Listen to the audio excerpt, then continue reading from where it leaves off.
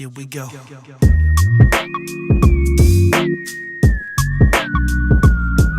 Yeah.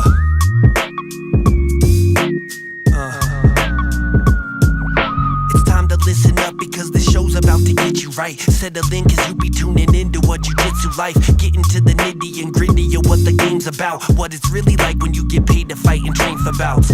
Turn it up, turn it up, turn it on louder. About to drop some knowledge, yo, it's Drew Dominguez, Sean Fowler. About to give it to you straight, y'all, no filler. Pulling no punches, really couldn't get no realer. I'm a flow spiller, recognize that no one's illa. Keep it locked right on this episode because it's gonna be killer. Elite technique with the flows to get you hyped. I thought you knew with Sean and Drew, the crew of a Jiu Jitsu life.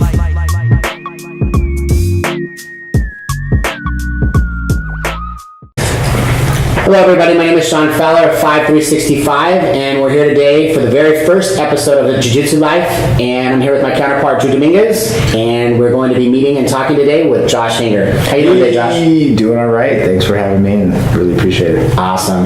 It's good to see you, man. Everything is good on your end. Let me look up my weight classes for ADCC really fast though. Got them right here. Men 66, 77, 88, 98, 99 plus. Women 60 and 60 plus. I just registered for the trials. Hey, I know you did. I got the list right here. Alright. You were on the fence about competing, so now you're in? Yeah, I just said fuck it. Why not? Fuck it.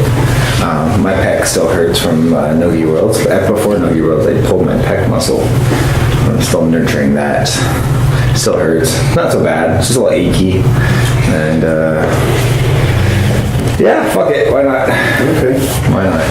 There's something to be said about someone who doesn't want to compete but does.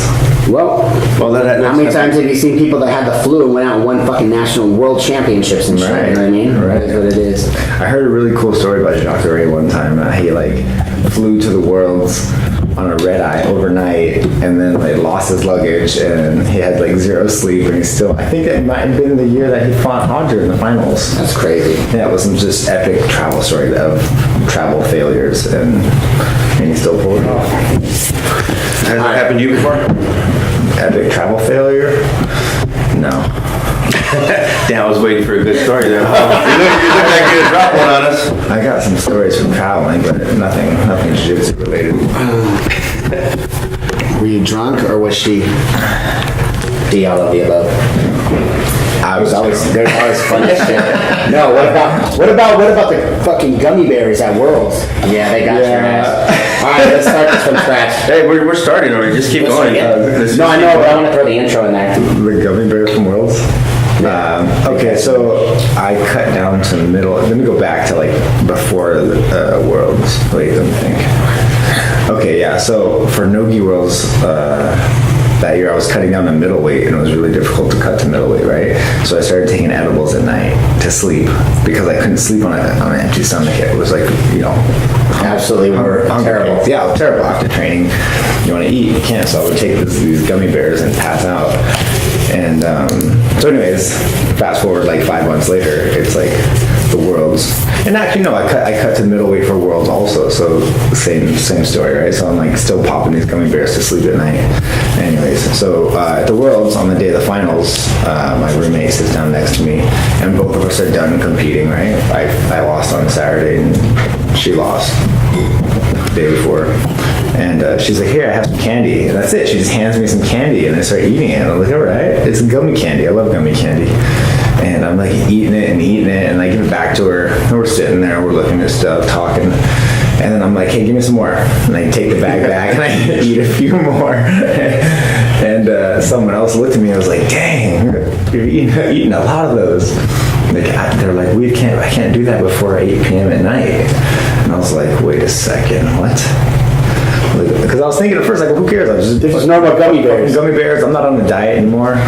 And so I looked at the bag, man. It said 10 milligrams per piece. And I was like, oh my God, fuck me. And I had a panic moment, man. A real panic moment. How many pieces did you have? I don't know. At least 3 or 4. Okay. And I started panicking. I started sweating. I was like, what am I going to do? I don't want to be high around all these people. Like, I'm a super awkward person when I'm high. Like, I don't want to talk to no one. I want to sit on my couch. And you want to sit and enjoy yourself. Yeah, I want to sit on the couch and zone out on some Netflix or something. I don't want to talk to anyone at work.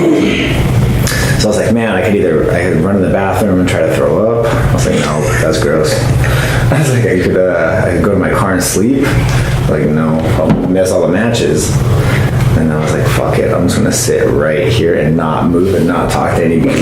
put my hood on, and I was like, Crystal, you're in charge of me. You gotta get me food all day. And I was like, you, over there, you're in charge of me. Make sure I don't talk to anyone. And I just sat there all day, man. People brought me food and drinks. In a zone? I zoned out, man. I was just zoned out. I remember the next day I seen your post, and it automatically, you were like, guys, I'm really, really sorry and apologetic if I said anything incorrect or weird, you know. Just forgive me in advance. Yeah, because I don't remember if I interacted with anyone, or I definitely, a few people text me and they're like, hey, I can see you sitting over there. Like, can I come hang out with you? And I was like, no, no, you cannot sit over here. This is not ATOS only. Because people got mad at me, and I had to like make sure I didn't fuck up some friendships. So I made that post. It turned out to be pretty funny, but. You're pretty prolific in whenever you speak, and very detailed whenever you speak to send a message to very many, to obviously your audience and all weigh-in fans. What makes you think about the things that you say to people, knowing that it's an attractive following? Man, to be honest, I just go through my day like normal, and sometimes someone will say something, and literally a light bulb will just go off in my brain. And I'm like, you know what? That's a really good point. I was like, I should write that down. And if I don't write it down, I will absolutely forget it, and I will not write that. So it happened to me twice yesterday, but I was in a situation where I couldn't write it down. And even right now, I have no idea what it was. But I remember it was a really good fucking idea, and it was something I wanted to write about, and I cannot remember what it was. And I was like, just remember this, Josh. And I try to give myself some stupid ass reason to remember it, like try to associate it. Oh, I do that all the time. I just pull up my phone. Yeah, but I couldn't pull out my phone. I think I was driving or something. And now I don't remember what it is. But yeah, sometimes like I'll be talking to Andre or anyone, just having a conversation or anything, and someone will say something, and I'm just like, you know what? That's a really good point, and I can expand upon that. And if I feel like I can expand upon it, then I fucking go to town. I just sit down and I just write my heart out. Blah. And then I just go back and edit out the curse words, and then I post it. Yeah, that's it. Yeah, I was talking to Sean right before you got here about that. When you make your posts, are they more for yourself or for your fans to engage, or comment back? I like to write it out because it makes me feel better. Because I get really frustrated over certain things, It's like, this is bullshit. How do you deal with all the negative feedback, man? I don't get too much negative feedback. No, I think I have, it's like 95% positive feedback from the public. So I think what people enjoy is someone who speaks or writes authentically, right? Because if you scroll through some Instagram accounts from Jiu Jitsu people, it's a quote from someone, quote, some stupid, meaningless fucking quote that they Googled. They probably went on inspirationalquotes.com and pulled some fucking lame ass quote that means nothing to nobody. And I don't even read them. It doesn't interest me at all what you found on the internet under inspirationalquotes.com. So I read one of your quotes. I actually enjoyed it. Tying your belt. Yeah, the quote you wrote. It was really cool because I'm just a blue belt. I know you don't like blue belts, but I'm blue belt.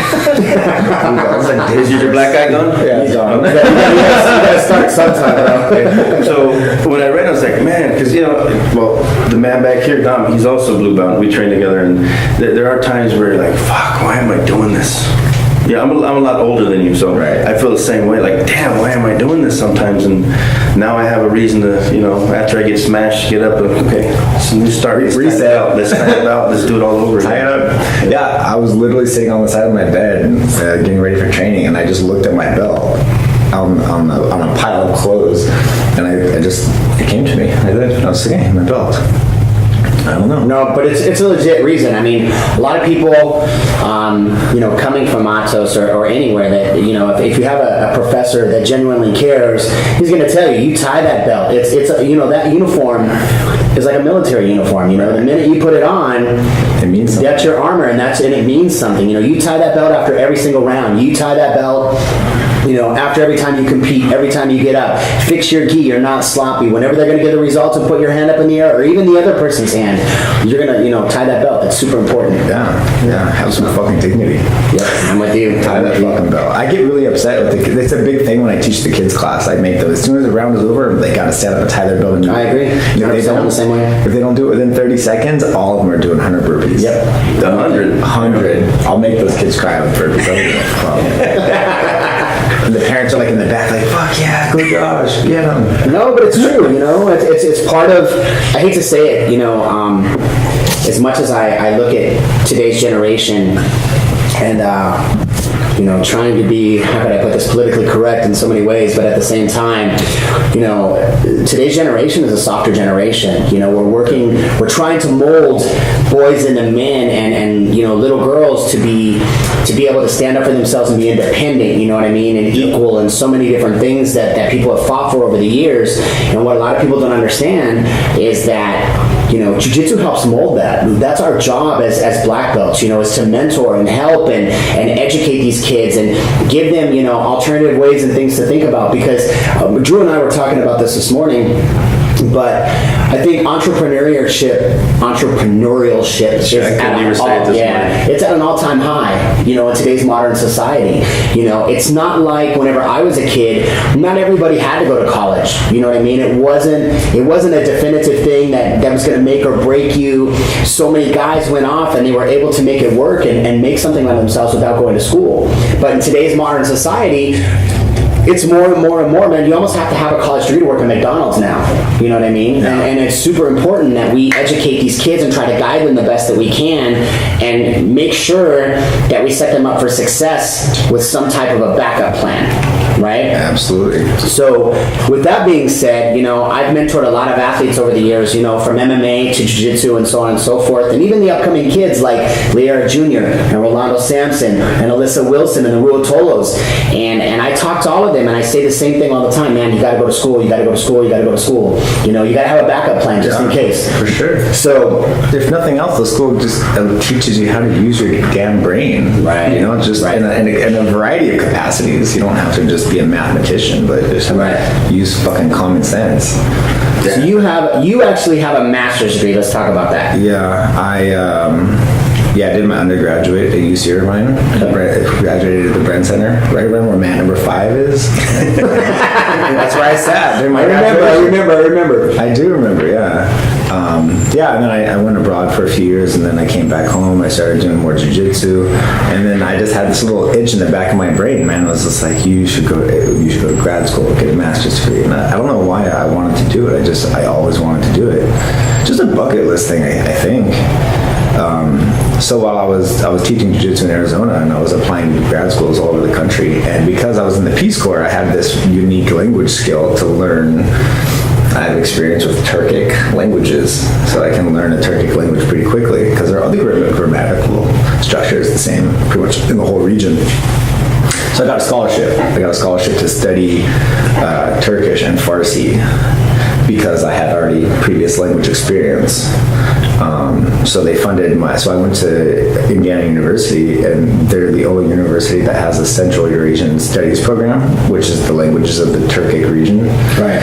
And there's no other university in the country that has that. So, so they gave me funding. I went there. But then I was like studying for a year, and I was like, man, this is kind of a useless degree. Like, what the hell am I going to do with this? And I always thought I wanted to join the State Department. And then I ended up finding this other program, which was at a different college at the university, and they had a joint degree program. So I studied public finance, or public financial administration is what it is actually called. And so it was a dual degree program. So at this point, do you think that you'll ever do anything geared towards your degrees? No. No. I took the government funding, I got the degree, and I quit. Well, but it's always a backup plan, you know, you never know. I didn't quit, no. I just, when it all ended, I had a choice in front of me, and it was like Andre Galvao was literally asking me to come to San Diego and train with him.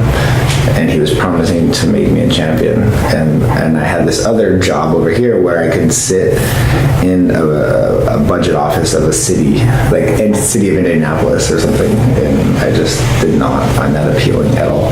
You know, because basically what I learned, when you get a master's degree in public finance, you basically get a master's degree in how to use Excel. That's what I have. It's a true story. I have a degree in how to accounting, a CPA basically, or anything like that. That understands how to use it. I can make a lot of cool charts on Excel. That's what I can do. Gantt charts to all of the above, right? Yeah. So no, it's just not interesting. It's not. Government is so obnoxious, you know. Like even every day, like we deal with everyday politics, and it's fucking. The government sucks. It sucks. And the last thing I want to do is sit there and take orders down the food chain in a government office. And look, they're not even getting paid right now. That's a true story. That's a true story. They're still fighting for their contracts. What do you see with all of that happening and going forward? Do you see yourself opening an academy in the next few years? Yes, I have to. Is this your ultimate goal after you're done competing and everything? Yeah, absolutely. Where do you think you're going to do that at? So I would like to stay in California, to be honest. I was thinking of Santa Cruz or Santa Barbara. Nice. I like the Santas. Right. And no, I want to be like in a coastal town, you know, not too close to the water, so that when the water rises, it doesn't bury my academy. But like, I gotcha. you know, somewhere up the coast. Like I can't be in San Diego. I'm not gonna like create competition for my own professor. I don't like LA very much. I was born there, but I don't like it. Actually, you're from Whittier. Yeah, Whittier. Okay. Yeah, born in Do you Whittier. ever go back and visit? Yeah, my grandparents still live there. Do you like Mexican food? I do. What do you like out there? And okay, let me ask you this: is the Mexican food different in LA compared to San Diego? You know, there was a little taco shop right around the corner from my house. It was called the Taqueria, and it's kind of like Tacos El Gordo here, very similar.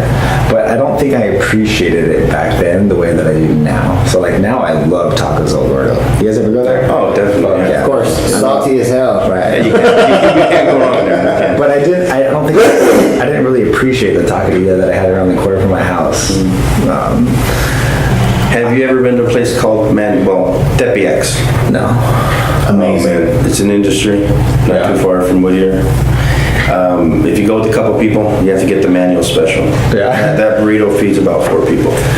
And you'll absolutely love it. You'll love it. It's amazing. Yeah, Tepeyac is the spot. Yeah, I don't want to make a judgment between San Diego and LA. I don't know. LA's better. I'll do it for you. LA's better. I don't I mean, know. I guess distinctly every place has its own breakdown whenever it comes to Mexican food. Because if you go into the Southwest, obviously you got like smothered burritos or wet quote-unquote burritos, you know, with green chili and so on. You know, out here they make it with carne asada. Out there they make it beef and bean. You know what I mean? Ground beef. So you know, there's differentiate. It's different wherever you go. Same, but different.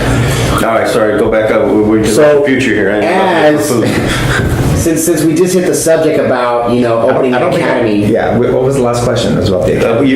Well, we're talking about the academy. Yeah. We're going to move up the coast. Yes, and okay. As a newly capped, okay, because you talked to Andre. Andre brought you here. You accomplished that goal at Black Belt. Yeah. You won No-Gi Worlds. Yeah. So there is an author that actually has a book releasing February 5th. His name is Todd Herman. It is a book called Alter Ego. The book is based on, Todd actually travels the country and he works with athletes and their mental state of mind. Even you know, let's say doctors, lawyers, so on and so forth. Because you know everybody hits mental block sometimes. Yeah. And it's you know it's in all of us. We all hit mental block at sometimes. And he tries to coach you to have that alter ego, to basically go in that phone booth, take off your clothes and come out as Spider-Man or Superman, and that's the person you are whenever you walk through those office doors. But whenever you leave those office doors, you come out and you're back to just Josh Hinger. You know what I mean? Yeah. So with that mindset, how much would you say that the mental capacity plays in you becoming a world champion now that you're a world champion versus just the grit and grind and the other aspects? I would say it's the most important thing by far. because I couldn't even get through training sessions without having a mental breakdown. Like my first year here, when I was a black belt, but I was like still adapting to the pace and the intensity. I had to like really mentally prep myself every morning to drag my ass into that training room and just take beatings from purple belts and brown belts and talent that is just above and beyond, evolved past us. I was painful, and I was like, it's very hard to continue to pursue something when you're constantly asking yourself, like, man, maybe I shouldn't be doing this. Like, I'm not very good at this. Like, I thought I was good. In the state of Indiana, no one passed my guard for 3 years. I'm not even a guard player. Right. And then I come here and I'm just getting smoked. Rolando with a purple belt, just jumping over, just bouncing around my guard. Like, he's also been training since he's 5. Yeah, just bouncing around my guard like a frog, And I was like, how am I going to make a living doing this? I can't even beat up these guys. But it was challenging. It was very challenging, but I stuck with it, and I remember Andre would invite me to come train early in the morning, like 8 a.m. drill sessions, and I'm like hurting, I'm just like, I need a why to get back in there, and I was like, man, my body hurts. It's like, it's early, and he's like trying to do takedowns and stuff, and I'm like, no takedowns yet. Like, I'm not warmed up. It hurts. And he just looked at me one time and he says, welcome to the life of a professional athlete. Everything's gonna hurt always.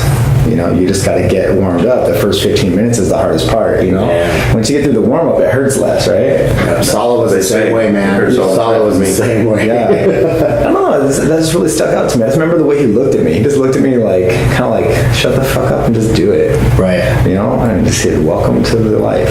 This is... And it's a true story. You eat, breathe, and live and sleep that life 100%. I mean, it doesn't matter if you're a football player or basketball player or anything else, those guys get up and go shoot free throws first thing in the morning. Why? And 3-pointers, because they gotta make sure that they're maintaining a percentage, or getting their accuracy better, or if they're not feeling well that day, how they can push through it. Gotta keep the blade sharp.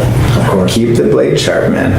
And it was really tough. Every year got a little easier.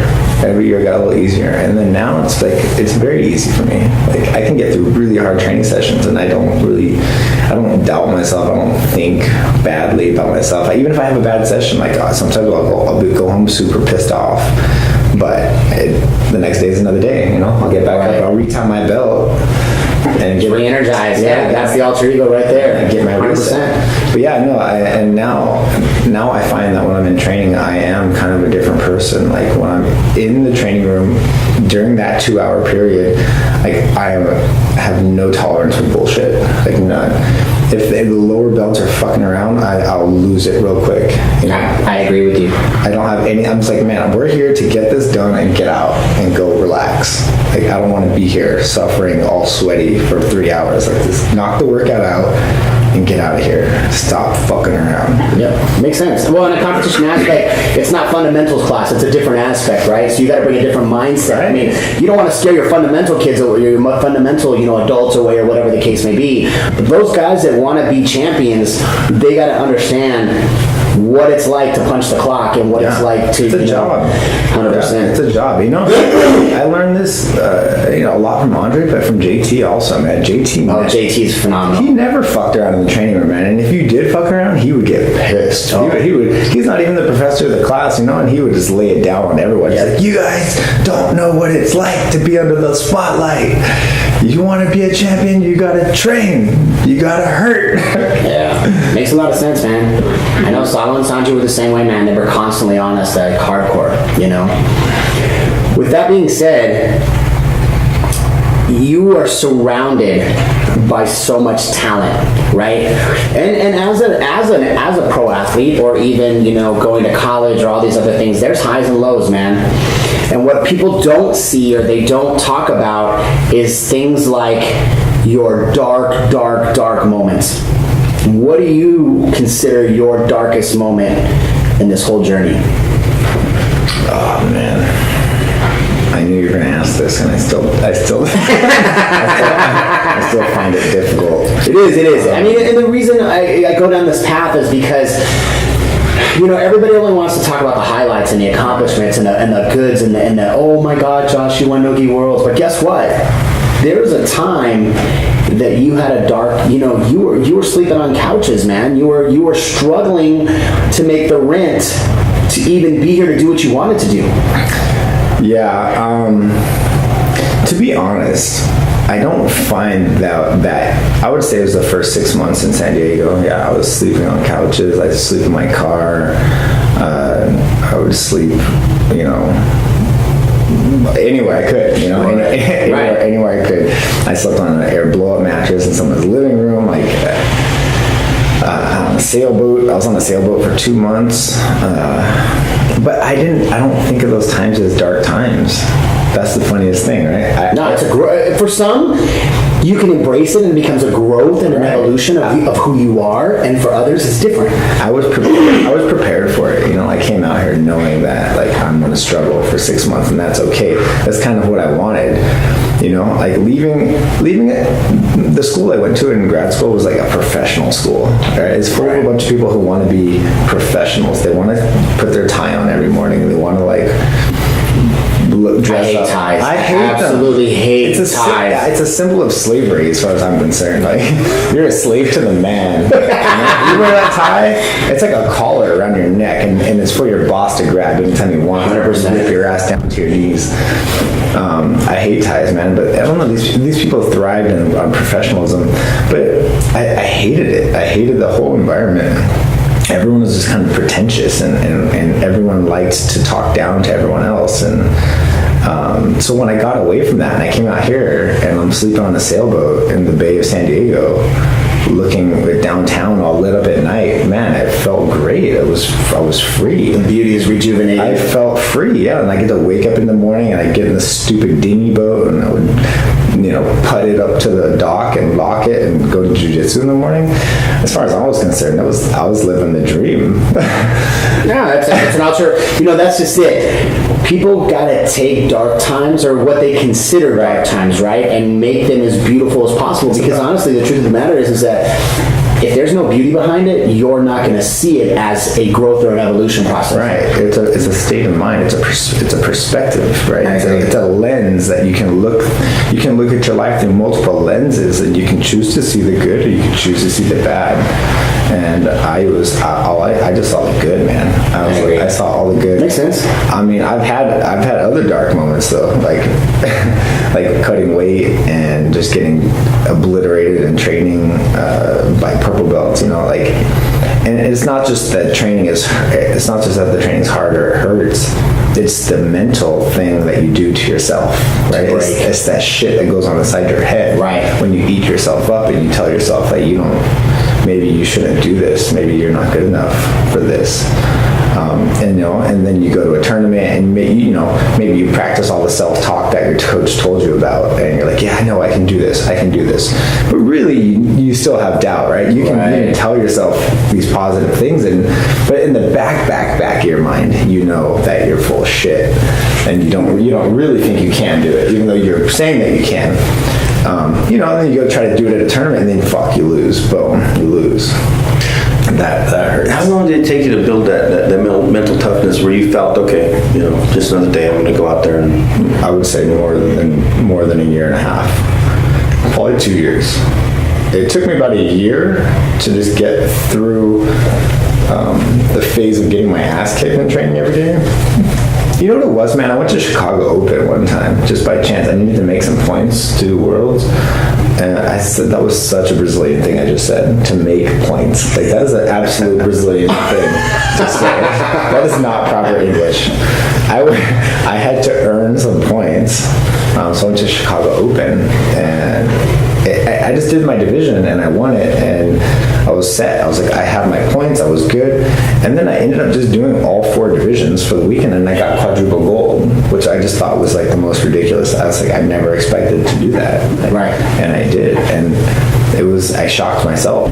And after that, I was like, it was like a kick in the ass that I needed. That was your breakthrough? I was like, yeah, I can fucking do this. I was like, yeah, we all have our doubts, but if sometimes you just throw your shit into the ring, right? I agree. It turns out, and that's and often enough, I think more often than not, right, you tell yourself, shit, man, I don't know how I'm going to do this. I don't even know how we're going to pull this off, man. We don't have the money to do it. We don't have the resources to do it. We don't have the, it seems impossible. Right. Sometimes it seems impossible, and you just go, you know what, man? We're going to do this by winging a prayer, and whatever just happens, it happens. You know what I mean? Right. And I think that's the biggest breakthrough of not only mental block, but actually becoming something more than what you thought you could be. Right. Why? Because you've got to blow past that to realize that there is success on the other side, and without failure, you can't succeed. I wrote something exactly like that. I said you cannot truly reach your potential without failure. Without failure. If you're not failing, you're not trying to reach your edge. I agree. You have to fail to reach your edge. Otherwise, you have no idea what your fucking edge is if you never fail. How many push-ups can you do, you think? Tell me. Just give me, just guess. 150. 150, right? But you don't know, right? Because you have to push until you fail, right? You can just guesstimate. Maybe you can make 100. Maybe you can make 101. Yeah. Maybe you can make 150 and 1. Maybe you can make 152. But you're not going to know until you fail. Right. You have to fail. I think the push-up thing is a great analogy because you have to literally just push until your arms collapse, and then now you know that's what your limit is. Yeah. And then the next time you come back to it, you're going to get 1 more or 2 more. And that's just life. Man. I agree. That's life. That's how you succeed, and that's how you reach your full potential. I think a lot of people don't want to reach their full potential because they're afraid of failure. Right? They don't want to push themselves so hard that they fail because that's a hard thing to deal with. Like failure, it's a hard thing. It's a hard thing. It doesn't feel good. Well, and more often than not, you got to find yourself reinventing yourself, or you come to a point where you feel like you've hit a brick wall, and things are going to become stagnant. Sometimes there's going to be things that you're doing that you don't like to do. You don't want to do it anymore. You're like, this is bullshit. I don't want to do it anymore. I don't want to go forward, but you have to keep pressing if you want to find success on the other side. That's all there is to it. I guess that can carry over in life as well, not just jiu-jitsu. Yeah, 100%. Jiu-jitsu can help you with whatever's stopping you in life. For sure. It teaches you tenacity, how to just fucking hunker down and just keep going. Keep your head down and just be the bull, and keep pushing forward.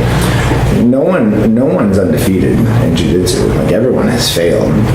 Everyone. The greatest of the great have all failed. They just kept going. That's all. I've always said, they say, a black belt is a white belt who never quit. And I've always said a champion is a black belt who never quit. You're right.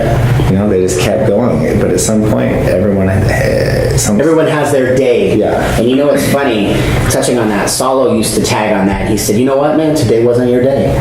You keep training, it'll come. Your day is going to come. It's inevitable. It's inevitable that one day you're going to blow past that competition and you're going to finish with 1 world title. Whether it's Masters or whatever the case it may be, as long as you stick with it, you're going to make it. You know what I mean? So, yeah, I agree with you. Yeah, I remember when I was training for ACB, and I remember I was one of the very first people they invited, and I don't know why. I think the Chechens liked me because I wrote a paper about the war in Chechnya in college. Wow. And so they, I know about Chechnya. I know about their history and everything. And so they invited me, and then as they kept inviting competitors to their division, I was like, oh my god, this division is stacked. I was like, fuck, everyone in here is tough, It's like Patrick Gallagio, Calasans, like Victor Silverio, AJ from Florida. Fuck, they're both from Florida. The other AJ, the nice one. Right. Souza. AJ Souza. I was like, everyone is tough. But I was like, no way I'm going to win this thing, I was like, no way. I was like, I'm just going to try to get to the podium, try to get through the first round. And Andre kept telling me, he's like, no, you're going to win. You're going to win. I was like, shut up. Like, stop. He kept pestering me about it. He's like, you're going to win. And I was like, man, I don't know. It's tough. Bro, the stars aligned for me. What does it feel to have a coach like that or a professor like that to constantly check on you, to constantly care about your well-being, to constantly push you, knowing this is what you want, but making sure that they support you in an uplifting way, even if it's tough love and they say, you know what, stop being a bitch, get up, you gotta do it, you know what I mean? Like, it's a different scenario. Like, this is what I talk about. This is where I talk about the fact of, transitioning these boys to men. It's our job to help these kids understand mental toughness, because guess what? The phrase "sticks and stones may hurt my bones, but names will never hurt me" is something that we all heard growing up. Yeah. And a lot of these younger people they've never heard this phrase. But if you think about it, whenever you were a kid, I'm sure your parents called you names. I'm sure your grandparents called you names, because I know mine did, right? And you go to school and you'd be like, yeah, whatever, dude, whatever. I don't care about that. But I mean, it's a different time, man. Sometimes you say things now and people are totally offended and hurt, and it's really unfortunate because it's just words, you know what I mean? And we're not getting past those things. I've always appreciated the way Joe Rogan phrases it. He's like, oh, I'm sorry, did the noise that came out of my face hurt you? That's like very simplistic, right? But very forward at the same time. The noise that came out of my face. Yeah. With so much that you've accomplished in your career, the wins, tournaments, is there anything you're still chasing? You feel you haven't accomplished yet? Man, the world's in the gi. I was just gonna ask. I was gonna say. Let me ask you this. Okay, so you're talking about the world's in the gi. Not even the world's. Just even pans would be cool. I was gonna bring that up because your focus has been so much on no-gi, right? You wrestled, you did all these things. Yeah. Do you feel that you really have to dedicate yourself to the no-gi portion to finally win the no-gi portion, or do you need to dedicate? You know what I mean? Because I know we all train both, right? But do you feel like you really have to dedicate yourself to one or the other to really make it on that level at that? So just strictly focus on the gi training is what you're saying? Right. I don't think I need to focus on no-gi anymore, ever. Like, I think it's just so deeply ingrained in me that I can train for about a month and then I'm back on point. Where I have to put a lot more work into the gi, like a lot. Right. Because I started later. I probably did no gi for 6 or 7 years. Well, and wrestling too, growing up. And CIF, right. You know, CIF. It's like 10 years of of no gi grappling. Right. I focus most of my attention on the gi because I'm trying to improve at that. Whereas I feel like I don't have to train very much no-gi to be sharp. To be Josh Hinger. Yeah, I've always kept, but I keep it year round. You know, I train no-gi year round. Right. Every Tuesday, Thursday night, I train no-gi. Right. All year. So I never lose it, you know. Right. With that being said, ADCC. Yeah. Are you competing? I am doing the trials. I registered 2 days ago for the 88 kilos division. So looking ahead, who are your favorites this year in various divisions? Or just name standouts? You don't gotta go by division, just name standouts. For the whole tournament, like, and you don't want me to name my friends only. No, can't name your friends only, it's not fair. Although, ATOS tends to be extremely stacked whenever it comes to this. Yeah, I think JT is gonna stay on top of 77. I agree with you. I think he's, you know, when he opened his academy, I feel like it lit a fire under his ass. It changed. It's like fighting for your child. JT is so phenomenal in so many aspects, but yeah, he really, like, it changed the dynamics of what he was doing. I agree with you. Yeah, he definitely, and he told me, he's like, man, I felt I had something to fight for, you know, my academy. So that I think he's in a good place, and I think he's got some great training partners. I think he'll stay on top there. For 88, I'm gonna have to go ahead and go with myself. Once I win the trial. It's not biased. The truth is, I believe anything can happen at a tournament. I agree. At any moment. At any moment. So it's very hard to pick people to win. Because I just think, you know, Shanji very well could have won 100% a couple years ago. You know, you can never count him out. No, never. You know what? Even at his age, you cannot count him out. And he lost, a ref decision, right?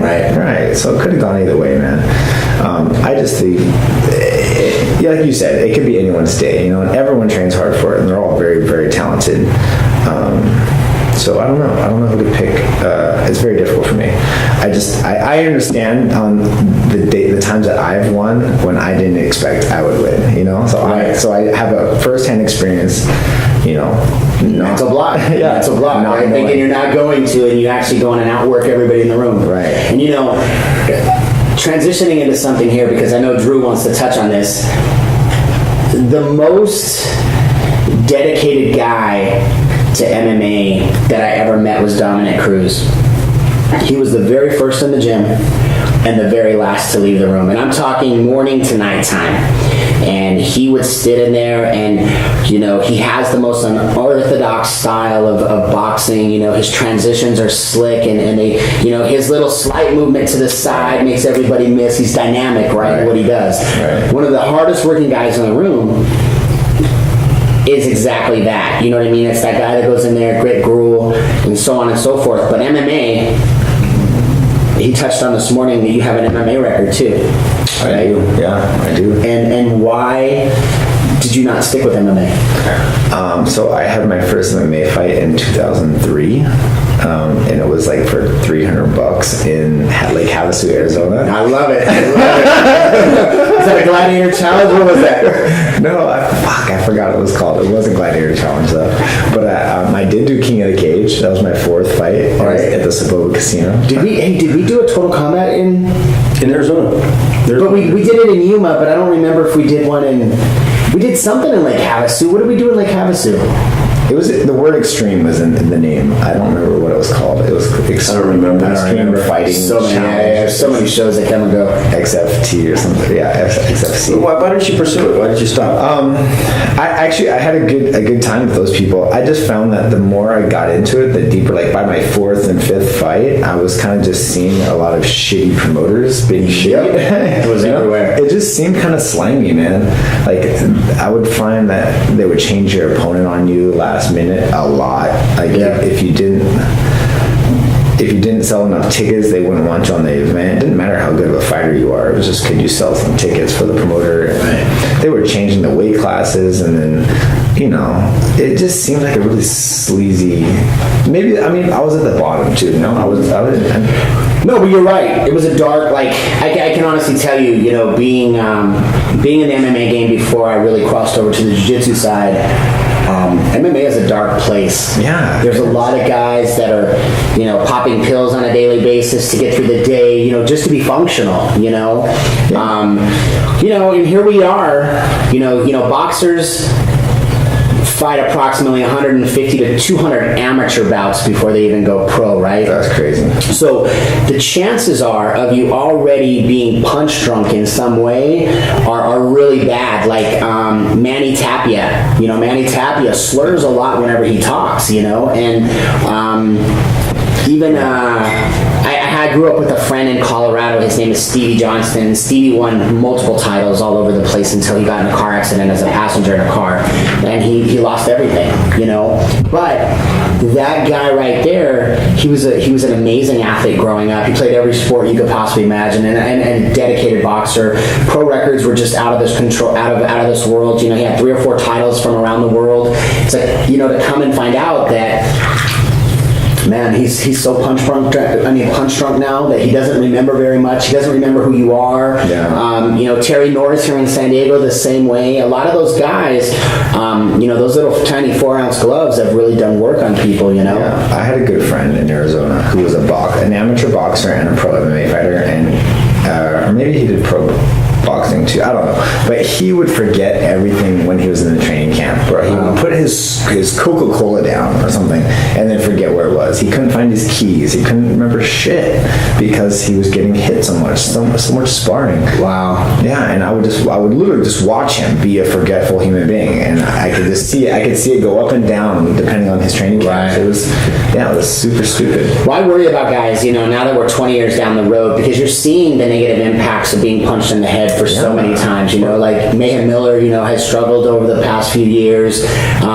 Chris Lieben, you know, and locally, you know, and I worry about those kind of guys, you know, and you take guys like Matt Lindland, right, that wrestled, and Tito Ortiz that had, you know, dynamic wrestling careers prior to going to MMA, and you look at them and you go, man, you guys didn't take really like massive beatings in the ring, you know. You guys were lucky because you transitioned it to this way, you know. And coming back to MMA or to Jiu-Jitsu, crossing over the two, I can see why guys left the MMA game to only focus on Jiu-Jitsu, because it was a dark world, and it's still a dark world. Yeah. So then let me ask you this: why are so many Jiu-Jitsu guys going the MMA route now?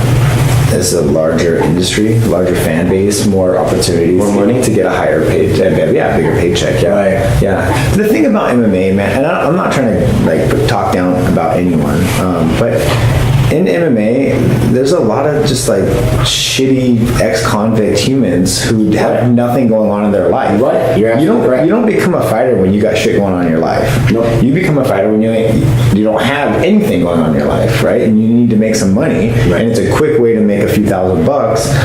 And you get some dude who's an ex-convict who comes out of prison who's jacked as fuck and is just willing to stand there and trade blows with you, shot for shot. They don't care about anything. They don't have a brain to lose. You know? They're just willing to stand there, and to them, being the alpha is the most important thing. And they're going to sit there and just pound your face as hard as you can.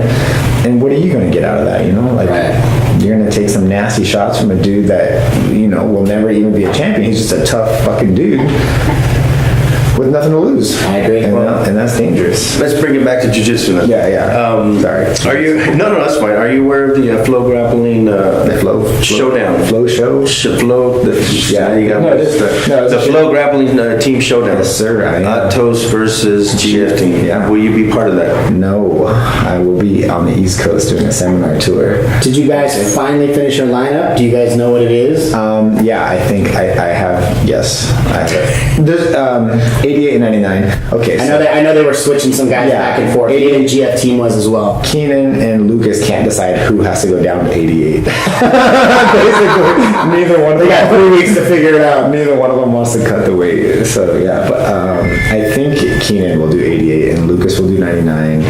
Kynan will do plus 99. Liera will do 77 and Biznaga will do 66. No one really knows who Biznaga is, but he's fucking tough. Yeah. This guard is very hard to pass. It's very hard. And Liera, I was actually talking about this morning. I've known Junior for a long time, and it's crazy because he's the one guy that I think people forget about. He's the most unappreciated grappler in the game at this point in time, and he's so talented and so good, and people just don't realize it. Yeah.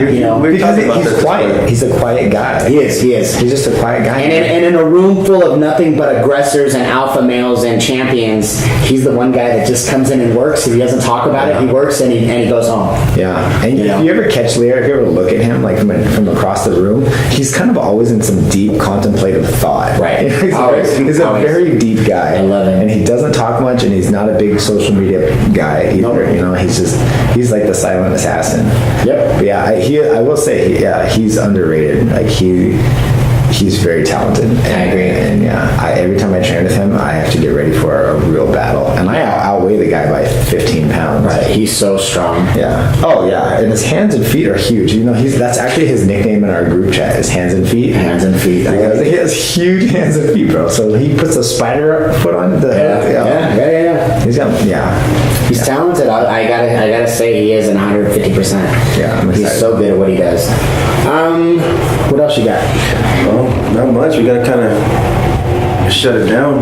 Well, I want to know. What did you tell me about your darkest time in jiu-jitsu? Darkest time in this game for a long time. How many degrees do you have? 3? I have 2. I have a master's degree.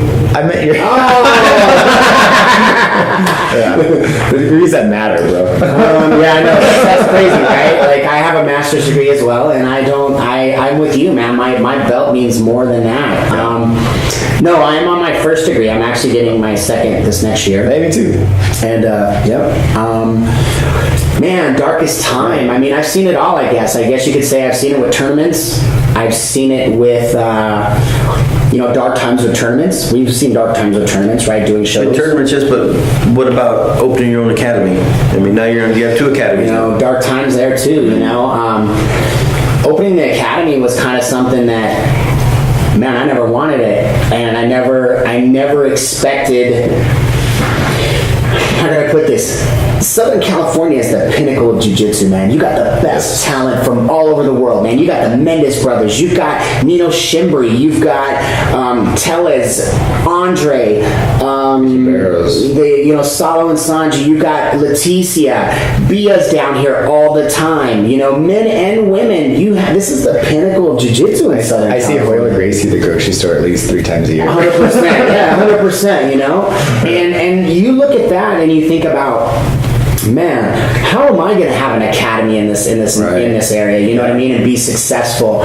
And you know, like you, I come from a hardcore gym that it was competition, but not everybody competes, right? I mean, but it was what we wanted to do. And opening the gym, you know, whenever Brandon came to me, and Brandon was like, we're going to open up a gym. And I was like, no, we're not. You know what I mean? I've already been in this game with the MMA stuff for so long, you know, promoting and watching gyms close left and right, you know, because MMA just like, it kind of skyrocketed to all these gyms. And then all of a sudden, like San Diego had 40 gyms at one time probably for MMA, you know, in LA.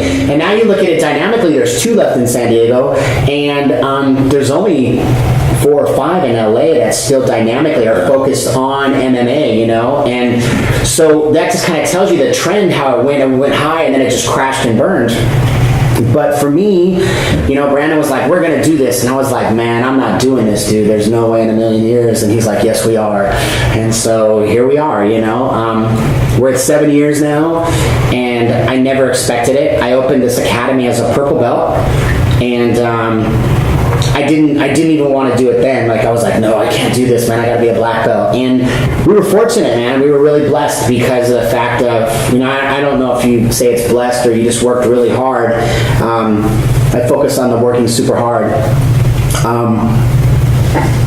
We were able to pay the bills here within a couple of weeks of opening the doors, you know, the very first academy, you know, and the other academies is 4 years. And, you know, dark times, I've seen it. I guess I've seen it all, you know, in training. I've seen it, you know, the grueling workouts, like you said, you know, blowing out your knee and having to have it worked on, you know, and surgery, and coming back from that and competing, you know, a few months after you just had surgery, you know, and overcoming the obstacles, and, you know, making sure that you're doing strength and conditioning every day too, on top of, you know, just doing, you know, rounds in the room, you know.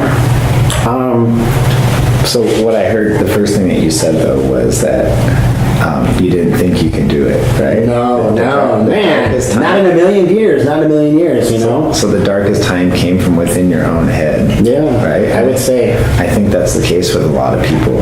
I think that with most people. I think the dark times are it's pulling the trigger, it's executing, you know, 100%. And I think that we all overthink and analyze, you know, in an analytical way, all the things that are happening to us on a daily basis. And sometimes we don't think in a world full of sharks, right? We feel like we're a small fish in the pond, you know what I mean? And although I competed constantly for years and years at IBJJF and all levels, I'll never, you know, be Salo or Sanji or Andre or even Josh Hinger, you know. I'm not going to go out there and win a world title at this point. You know, I'm 45 years old, and I'm good with that. You know what I mean? My mental state, I mean, if I would have started 20 years ago, then I'd have been chasing that gold as well. Sure. But for now, you know, I think my mindset has totally evolved and changed differently. Once you give up the competition aspects and you become a coach, your mindset has to change, because now you're doing it for your students. Right. You're trying to make your students evolve and become better humans and better people all the way around. So I think, I would say that your mental state, you know, can sometimes shut you down, and you have to overcome that and make sure that you realize that, you know, just because you're not that top name doesn't mean you can't be successful in what you're doing. Oh yeah, 100%, 100%. You don't have to. You know, someone once told me when I first started teaching, I wasn't very confident in my ability to teach. I was a purple belt also. Right. And I said, man, what am I going to show these guys? I'm just a purple belt. I don't know shit. And the guy said, he's like, Josh, people want to know that you care. They don't care what you know. I agree. Does that make sense? Like, they don't care that you know a lot if you don't care about teaching them. You know, they just want to know that you care about them and that you're going to give them your best effort. Does that make sense? Like, 100%. They're going to appreciate you way more. If you're a world champion who doesn't actually give a shit about their learning, they don't want to be a part of that. But if you're a purple belt nobody who really cares to teach them the things that you do know, whatever it is that you know, and you care to share that with them, they're going to appreciate that. They embrace it, yeah. I think one of the hardest things I've encountered being a professor now at this point is, and I'm sure you run into the same elements, and it's in your teaching style, right? You can have 60 people in the room, and let's say 55 of those people actually understand what it is that you're communicating to them. But there's 5 people in that room that no matter how you say it, they're not getting what you teach to the overall capacity of the room, right? Yep. So it's your job as a teacher, if you actually care, to figure out how those 5 people learn, and now you communicate that same dialogue that you just taught 55 other people in the room to those 5 people, so they get the same exact thing that those other guys got. And let me tell you, man, that right there, skill. That is a skill set, right? And that is something that whenever you do that for people, it changes everything that's happening. You know, it changes their life. It changes the way that their outlook of things and so on and so forth. So yeah, because you know what? They're probably beating themselves up too inside their own mind. For sure they are. I know they are, 100%. They're not saying, wow, this guy's a shitty instructor. What they're saying is, wow, maybe I can't do this. Maybe this isn't for me. Maybe this is too difficult for me. They're not sitting here saying, wow, Sean really sucks at explaining things because I don't get it and he's not making me get it. No, they're probably not doing that. They're probably saying, I suck, I'm an idiot, I'm uncoordinated, I'm too fat, I can't do it. This is too complex. And if you can show them that they can do it, if you can teach to their perspective or teach to them the way they need to be taught to, you could completely change the way they view themselves. 100%. And that is the most powerful thing you could ever do. I go through that every time I step on the mat. There you go. Why am I doing that's this? because you're a dumb blue belt. You're smiling back at me. I'm talking about. We step on the mat, and it's frustrating because I'm 47, and I'm rolling with kids, 20 years old, 22, and they fucking try and kill me. Yeah. And sometimes I feel like I'm just fighting for my life, and I'm driving home. I was like, fuck, why did I do this for? I know I'm going to be sore for the next week. I'm going to tell you why you do it. You do it for your kids to show them that you can do it. So it's great. No, honestly, my son wrestles. He just competed in. And that goes a long way, man. It teaches your kids, that if you can do it, they can do it. You know what I mean? And as the biggest mentor, right? As the biggest mentor, not only are you guiding your child, but you're also showing them that it's okay at multiple levels, not only to fail, to succeed, or to overcome obstacles, or you're fighting a mental block every time you walk in the gym, right? Yeah. You know what I mean? But the reality of it is, at the end of the day, and I'm very charismatic whenever it comes to my students, and Brandon is the same way. We have 11 black belts here, and I really pride myself on, if I don't see you for a couple of weeks, there's something wrong. If I don't see you for like maybe a week, maybe you're on travel for work, and most of my guys will pretty much just text me and say, hey, I'm going to be on travel, and I'm running back and forth to 2 academies and doing events and still going to my 9 to 5, and I think, taking kids to and from school and so on, but I think about the aspects of, if I make the person feel like they're actually cared for in that gym setting, then they're going to find a different self-confidence about their life, and it's going to teach them a life skill. You know what I mean? I don't push everybody to compete. I don't grind on them like that. If they want to compete, come and talk to me. We'll do extra classes, we'll do competition class, and so on and so forth. I'll turn up the notches, in the gym for you guys, but I don't want to just scare people away from the normal guys that just want to lose. Like you said, you had a new lady that came to the gym, right? Yeah. She lost 80 pounds in a year, man. Changed her life overnight. 100%. It's a good feeling, though, when you do get a message from your professor. Tim Pablo is my professor, and he sent me a message Tuesday. He says, where the fuck you been? Yeah, he cares. Where the fuck you been? And I sent him a message back, where the fuck have you been? Because he's been on vacation. So he was in Portugal. He was on vacation for a couple days, for a couple weeks, I should say. Europeans, it felt good knowing that he does care. Yeah. And he is interested in not just you coming into the gym, but you as a person. So it's a good feeling when you do get those messages, and I need to stop getting those messages because I need to start training more. So that's my goal. Well, and I find myself dynamically even sending messages to like my friends, my black belt friends, or even if it's just like, man, you know what? I know this is probably crazy. You're gonna think weird of me, but bro, I was thinking about you. And I wanted to say hi. I hope everything's going okay. You know what I mean? And obviously, you get a message from me once in a great while. You know, it's just something unique. And I do it to Junior. I do it to Rolando. I do it to a lot of people. Even Andre.